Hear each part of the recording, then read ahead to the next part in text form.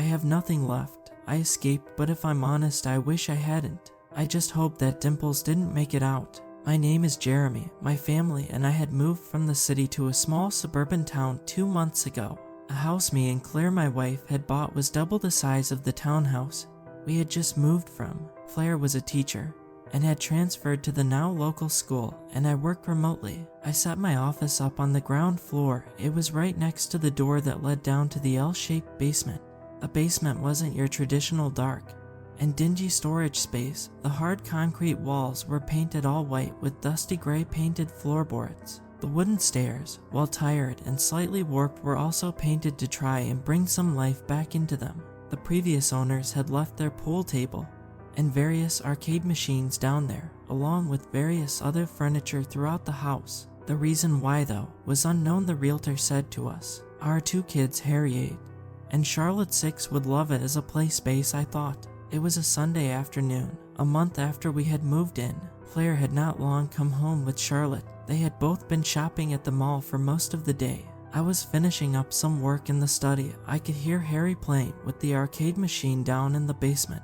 Charlotte suddenly came running into the room. She tapped her hand on my knee. "Daddy, Daddy, look what I've got," Charlotte, full of excitement, said, while waving a small balloon animal at me. "Wow, honey, did you get that at the mall?" I asked while turning my chair and bending down to her. "No, silly, Dimples gave it to me," she said. "Dimples? And who might that be, Charlotte?" I asked playfully. "The clown, Daddy. Dimples the clown is my friend," she replied. "Okay then, well, you go off and play. Daddy needs to finish his email," I said while giving her a quick hug and kiss on the head. Charlotte ran off out of the room and down the stairs to the basement. I could hear Harry playing Street Fighter behind the running footsteps of Charlotte.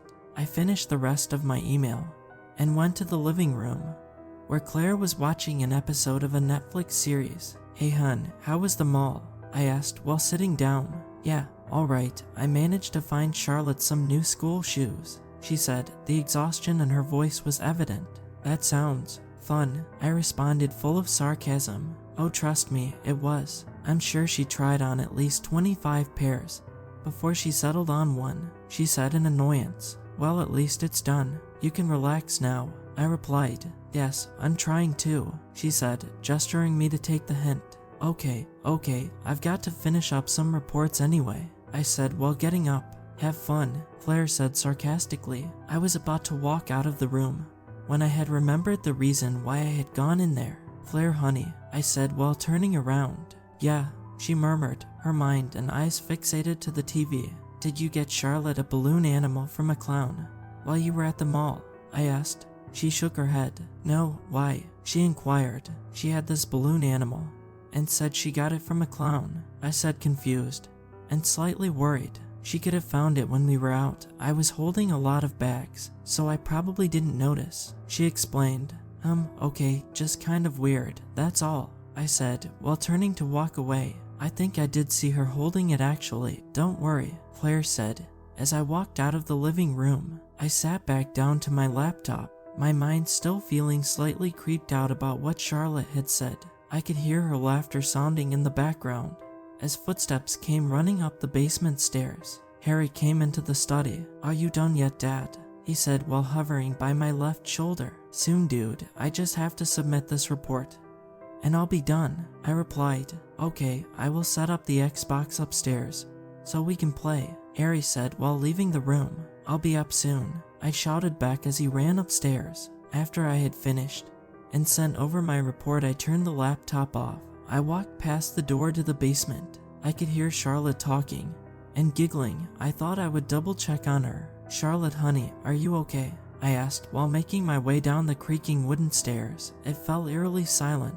"Charlotte," I called out again, now slightly worried. "Hi, Daddy," Charlotte said, popping out from around the corner. "Who are you talking to down here?" I asked, expecting to hear her say she was playing or speaking to some imaginary friend. "I was playing with Dimples, Daddy," she said in excitement. "Oh nice, can I meet Dimples?" I replied, slightly concerned by how real she made him sound. "Sorry, Daddy, you can't. It has to be a secret," she innocently said while running back round the corner to her play space. I followed her a second after she disappeared round the corner. I turned to where she had ran. I stopped as confusion and panic washed over me. She was gone. "Charlotte, where are you, honey?" I shouted, now in a soft but firm tone. Claire, I alarmingly shouted to my wife.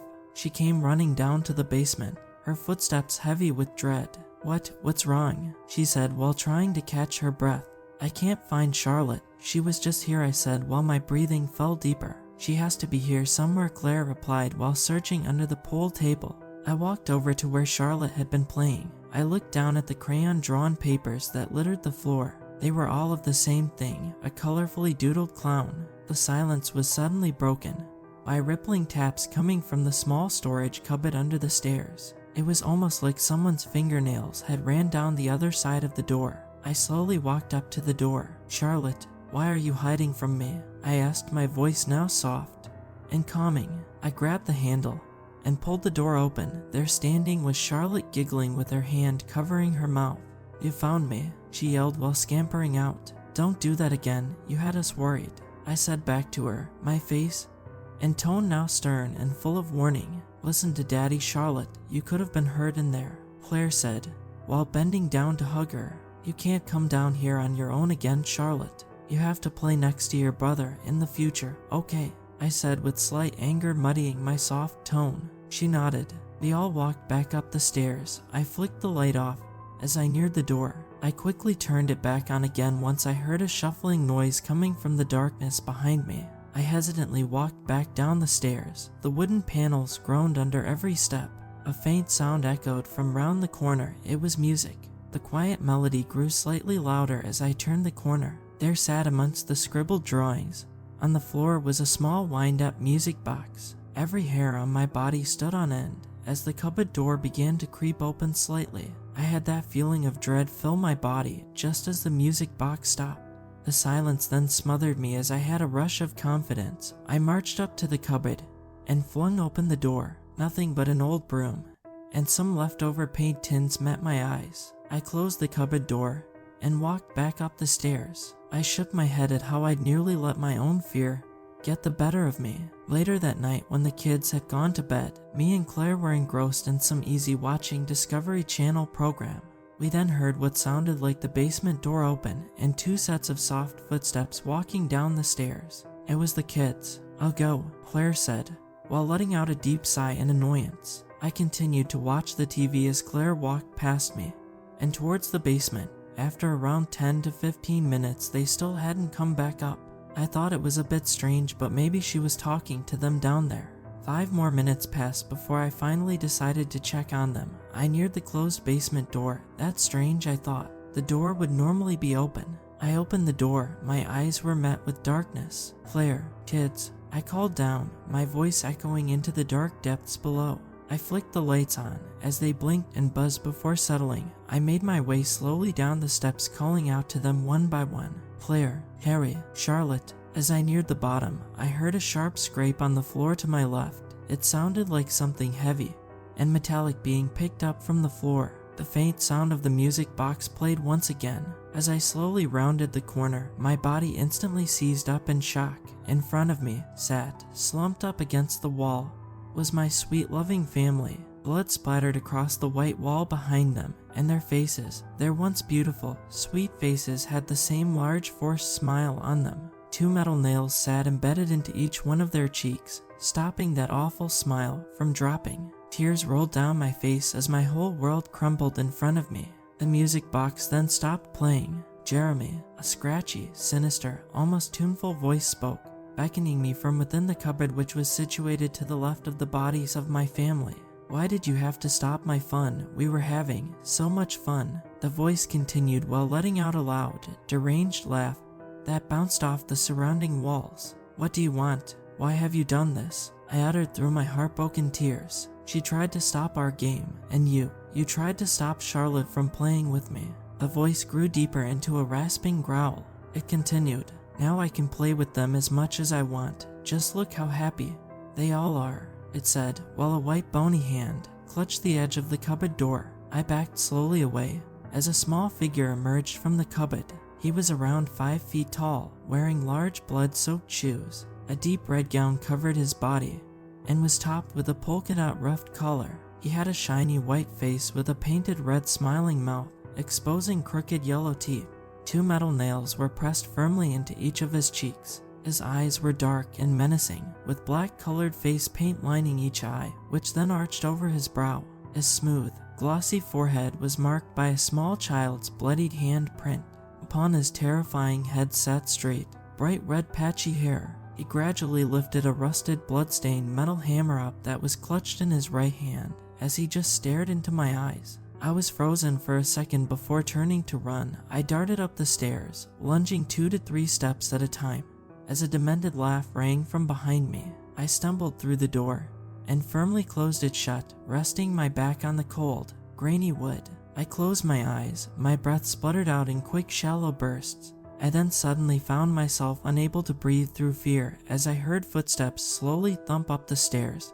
Behind me, the footsteps were accompanied by the sound of metal scraping across the wall. The voice then echoed from behind the door. Jeremy, Jeremy, I just want to make you smile. I ran into the kitchen, turned on the gas stove. I grabbed some oil from the counter and a box of matches from the drawer. I hurried back to the basement door just as the footsteps stopped.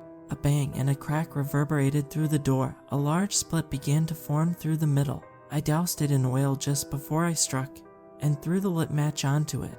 A flame engulfed the door as I ran out of the house and into my car. After I drove out of our wall-enclosed driveway, an amber flash lit the road behind me as my house exploded into a fireball.